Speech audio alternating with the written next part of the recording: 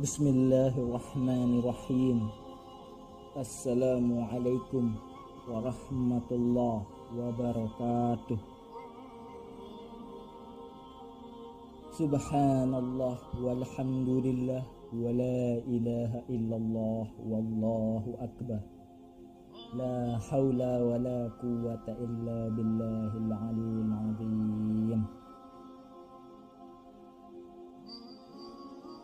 Allahumma salli ala sayyidina Muhammad wa ala ali sayyidina Muhammad.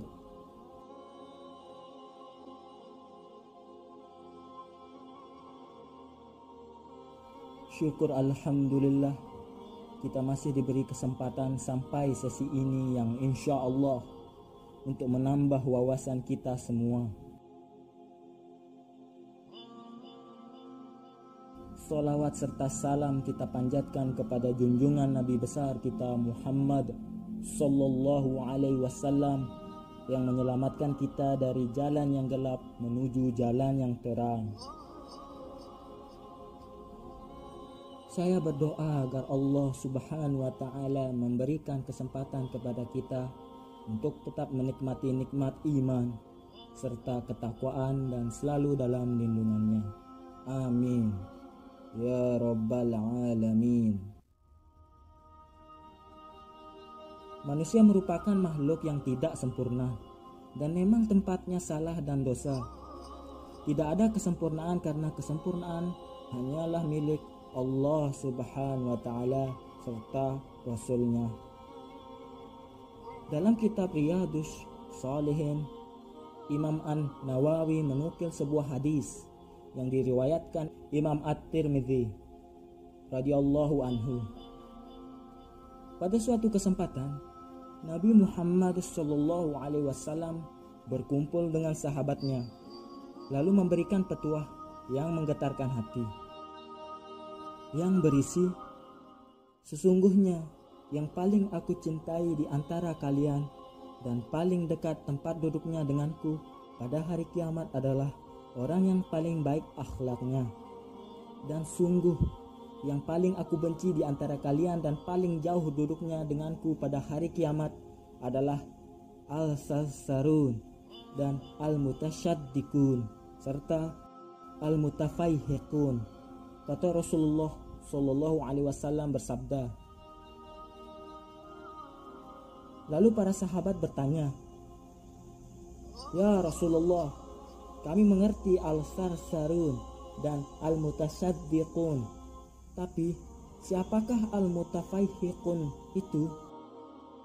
Beliau sallallahu alaihi wasallam menjawab, "Al-mutakabbirun." Melalui hadis ini, Nabi Muhammad sallallahu alaihi wasallam hendak mengingatkan umatnya soal 3 perkara yang paling dibenci karena termasuk akhlak al-madhmumah atau perilaku buruk, yakni yang pertama adalah al-sarsarun, orang yang banyak bicara dan suka membual. Golongan pertama yang dibenci Nabi Muhammad sallallahu alaihi wasallam adalah pembual atau pendusta yang banyak cakap dan lagunya serta pandai pula bersilat lidah. Kadang ucapannya disertai argumentasi logis dan yuridis, namun mengandung kebohongan dan tipuan. Kalau bicara seenaknya, kurang menjaga adab dan menyela pembicaraan. Nabi Muhammad sallallahu alaihi wasallam berpesan, "Katakanlah yang baik atau diam." Hadis riwayat Bukhari. Jangan percaya kepada orang yang banyak cakap tapi minim amal atau tidak sesuai dengan perilakunya. Wahai orang-orang yang beriman, kenapakah kamu mengatakan sesuatu yang tidak kamu kerjakan? Amat besar kebencian di sisi Allah bahwa kamu mengatakan apa-apa yang tidak kamu kerjakan. Quran Surah As-Saff ayat 2-3. Yang kedua adalah al-mutasyaddiqun, orang yang suka bicara berlebihan kepada orang lain. Golongan kedua yang dibenci Nabi Muhammad SAW adalah orang belagak fasih dengan tata bahasa yang menakjubkan. Jika bicara, bumbunya berlebihan hingga tak sesuai kenyataan. Lihai dalam bertutur kata, tapi hanya ingin dapat pujian. Tidak jarang pula bahasanya indah, namun berbisa atau menghinakan.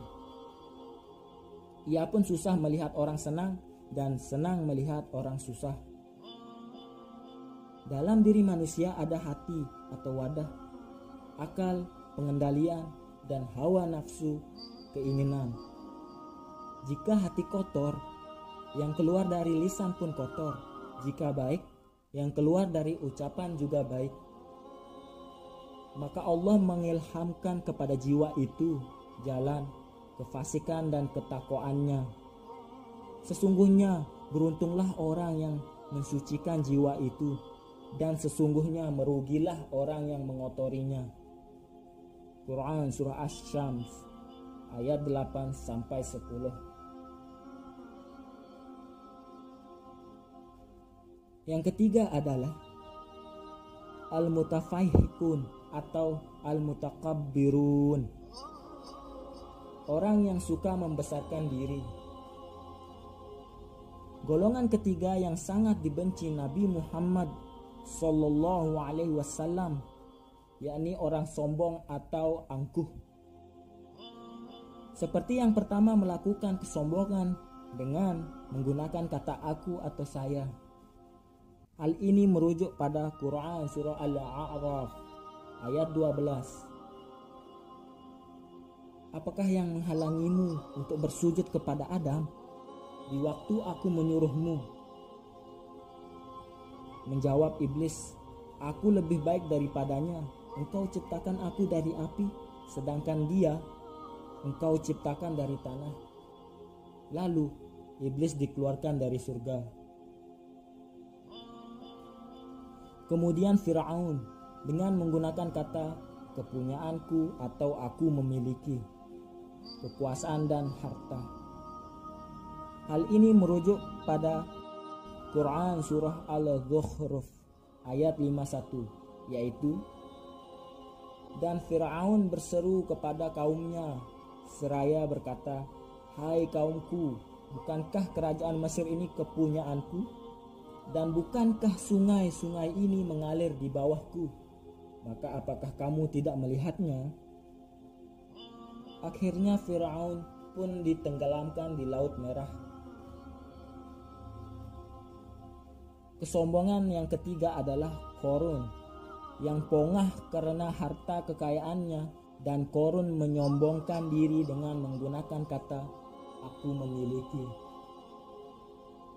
Hal ini merujuk pada Quran Surah Al-Qasas ayat 78, yaitu Qarun berkata, sesungguhnya aku hanya diberi harta itu karena ilmu yang ada padaku. Kemudian Allah lenyapkan ke perut bumi. Dan yang terakhir, Raja Namrud yang menyetarakan diri dengan Allah Subhanahu wa Ta'ala justru dimatikan seperti seekor nyamuk. Apakah kamu tidak memperhatikan orang yang mendebat Ibrahim tentang Tuhannya Allah, karena Allah telah memberikan kepada orang itu pemerintahan atau kekuasaan? Ketika Ibrahim mengatakan, Tuhanku ialah yang menghidupkanku dan mematikan, orang itu berkata, saya dapat menghidupkan dan mematikan. Ibrahim berkata, sesungguhnya Allah menerbitkan matahari dari timur, maka terbitkanlah dia dari barat. Lalu terdiamlah orang kafir itu, dan Allah tidak memberi petunjuk kepada orang-orang yang zalim. Quran Surah Al-Baqarah ayat 258. Wallahu a'lam bissawab.